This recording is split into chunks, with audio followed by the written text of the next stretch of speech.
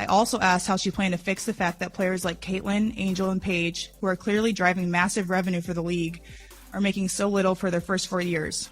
Her response was, Caitlin should be grateful she makes $16 million off the court, because without the platform that the WNBA gives her, she wouldn't make anything. And in that same conversation, she told me, players should be on their knees thanking their lucky stars for the media rights deal that I got them. The WNBA was rocked by turmoil late on Sunday night. According to reports, Commissioner Cathy Engelbert, a self-described visionary for women's basketball, has ordered a 20% wage reduction for multiple clubs. It was referred to as a budget recalibration in the official memo. Translation: a corporate way of expressing, "You're paying the bill because we made a mistake." Players receive emails that appear to be terrible jokes when they wake up. Suddenly, their direct deposits have decreased. Some others lost $30, $40, or even $50,000 in a single night. With the description, "Guess exposure pays the rent now," one gamer shared her counterfoil on the internet. Before the league could hit refresh, screenshots went viral. No one could understand how the commissioner who boasted about record earnings suddenly couldn't afford her players, and average salaries around $12,000 simply plummeted. 4 hours, there was silence in Cathy Engelbert's office. There was just a wall of PR fog, no press statement, and no emergency call. The Supermax players, who were earning about $249,000, referred to it as outright treachery. These were the league's faces, the ones that helped the season reach a record-breaking number of viewers in 2025. This was their reward for more than 1 million fans watching each game, record merchandise sales, and new sponsorships. A 20% cut because the books were mishandled by someone at headquarters. Hashtags exploded on social media. In less than 3 hours, the hashtags "Pay Them Fairly" and "Engelbert Resign" became the most popular. The league was tagged by thousands of fans who questioned why athletes with multi-million-dollar TV agreements were treated like interns. It was made worse by Engelbert's silence. It appeared haughty and conceited, as if she believed the outrage would pass before Monday morning, but it didn't. 3 team captains joined a secret union call at 3 in the morning. In the changing rooms, word got out like wildfire. Players from all divisions checked on, their screens glowing with messages, and they were outraged. "Until this is resolved, we won't be playing any more games." At that point, the narrative changed from a scandal to a movement. The league was disintegrating in real time by dawn. 4 complete rosters left their establishments. The New York Liberty, Atlanta Dream, Minnesota Lynx, and LA Sparks were all eliminated in a single morning. 60 athletes with their bags packed, refusing to play or practice. As players stormed out, some in tears and others laughing at the ridiculousness, local reporters set up camp outside the venues. The moment that rocked the internet was captured by ESPN. Players are throwing their practice jerseys into WNBA 2025 garbage cans. Violent, cinematic, and symbolic. The live viewers were in disbelief. It wasn't merely a strike. This was an uprising. The WNBPA released the much-anticipated statement by midday: "We have had enough of being thankful for crumbs." Like a siren, these 5 words tore through the league. The post received 2 million views on X in a matter of minutes. The comment sections became battlegrounds. NBA players, commentators, and fans all voiced their opinions. Next came the financial consequences. Platforms for ticketing began to provide widespread refunds. Games were cancelled, venues were vacant, vendors were incensed, and almost $1.2 million was lost in a single day. On a game day, venues were silent for the first time in league history. The optics were disastrous. Sponsors started phoning league headquarters to demand explanations. Teams on social media hurried to remove planned postings promoting empowering female athletes. When you reduce your athletes' wages in half and they go on strike, empowerment doesn't look good. The masterclass in corporate denial followed. The news conference of Cathy Engelbert. She appeared to be a CFO who had misplaced a decimal point on an Excel document as she smiled as she entered. Reporters were prepared, cameras were rolling, and what she said was pure publicity fodder. According to her, the cuts were made temporarily in order to stabilize the league's sustainability. Insomnia could be cured by the sentence alone. The moment that will always accompany her then arrived. Players should be appreciative of the publicity they receive from participating in the WNBA, she said. There was silence in the room. Reporters were unable to determine whether they had simply heard satire. That video became viral on TikTok in a matter of minutes. There were numerous edits of Engelbert's visage next to merchandise expressing gratitude for exposure. Emojis of laughter were used by players to repost it. The sound was blended over footage of vacant stands by fans. It turned into a meltdown soundtrack. Veteran celebrities, meanwhile, arrived with receipts. Screenshots of the 2025 broadcast agreement, which is worth around $200 million annually, were shared.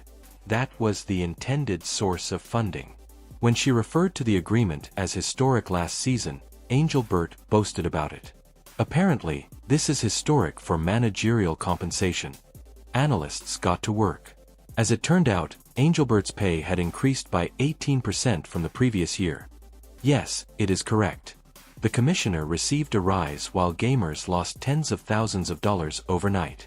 Outrage gave way to rage when the statistic was reported by the media. Commentators likened the catastrophe to the NBA's notorious lockout from 1999. It was described as a self-inflicted implosion by the least self-aware boss in women's sports. Advertisers started removing commercials from scheduled shows when ratings fell in the middle of the week. The league's new media contracts were now precariously close to failing due to a single mistake. Engelbert made an effort to remain composed. She discussed common objectives and open communication. However, each sentence seemed robotic and detached from reality. Instead of buzzwords, players sought answers. Instead of slogans, fans demanded accountability. What they saw was a commissioner promoting a bake sale while reading off a cue card. Her interview was being altered into comedic skits by Thursday. Her tone-deaf remarks were ridiculed on talk shows. She was likened by memes to a CEO of free labor. Even sports economists made jokes about how Engelbert's removal of the wage had revolutionized pay equity. Cathy Engelbert was hosting the matches when the WNBA burned. The figures were like a sucker punch. The mask abruptly slides when league filings decline. The year-over-year increase in revenues is 28%. In terms of sports, that is a gold rush. Numbers are flowing through the roof. Sales of jerseys are setting new records. Engagement on social media is soaring. All of the charts are green. The phrase, historic growth, concludes each slide in the boardroom presentation. However, the salary increase for those who really play the game is merely 3%. 3. Growth isn't that. A billionaire's desk is covered in crumbs. The figures were accurate. Less than 12% of the league's total revenue went to WNBA players. In the meantime, half of the money goes to NBA players. It's no longer even comparable. It's corporate smiling daylight robbery. The players are treated like extras in their own film, despite the fact that they are the ones keeping the lights on. The bombshell then falls. A mid-level accountant in the front office leaks a spreadsheet because they can't stand the hypocrisy anymore. The file spreads like a smoking gun on the internet. Engelbert's strategy to optimize salaries. It states, the plan projected $9.6 million saved by cutting player wages. Optimization sounds tidy, competent, and effective. In reality, it's code for eliminating paychecks under the guise of advancement. Twitter is illuminated by spreadsheet screenshots. In real time, analysts begin to crunch numbers. Players lose a total of $1.5 million for every 1% compensation reduction. The maths is also done by fans. They estimate that 10 rookie contracts might have been paid for by Engelbert's compensation increase alone. The league's whole financial strategy appears to be a shell game all of a sudden. Transfer the funds, label it as sustainability, and hope that no one looks at the calculations. The information doesn't end there. Harvard sports economics study that cautions against undervaluing sportsmen at the height of their success runs the danger of causing long-term harm to a company's reputation. This was the WNBA's moment, which is why the word sticks like a curse. At last, viewership was increasing. There were a ton of endorsements. The league chose to kneecap its own players at the height of the worldwide viewership. Fans were no longer even upset. They were worn out. Exhaustion gave way to rebellion by midnight. Hashtag "We're done with it" exploded online. In a matter of hours, it surpassed discussions about the presidential election, NFL coverage, and even celebrity rumors. Everyone was discussing the uprising in the WNBA. Parody songs, protest art, and TikTok edits. Everywhere on the internet joined in. These days, the players were fighting over more than just a pay decrease. They were defending their dignity. The record-breaking live feed followed. Players from several teams appeared side by side, cameras flickering, their faces fierce and exhausted, drawing in over 3 million people. Until pay justice was achieved, they declared a league-wide holdout. Just one demand: equality or nothing. No committee meetings, no ambiguous assurances. Sponsors of the league panicked. Two of the largest companies, Nike and Gatorade, announced a temporary halt of their $25 million combined promotional ties. Translation: until you address this mess, we won't touch it.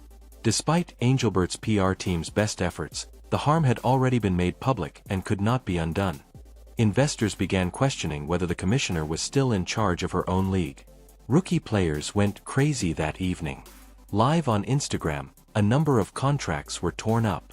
"If you can't afford respect, you can't afford me," one person stated, staring directly into the camera. In just 12 hours, the video received 10 million views. It was no longer a protest.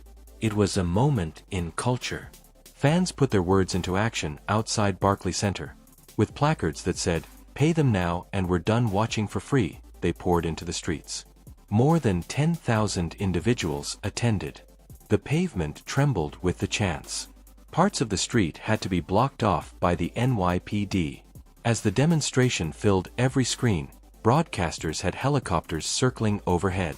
Quiet talks were what the league desired. What it received was a cacophony of voices and cameras.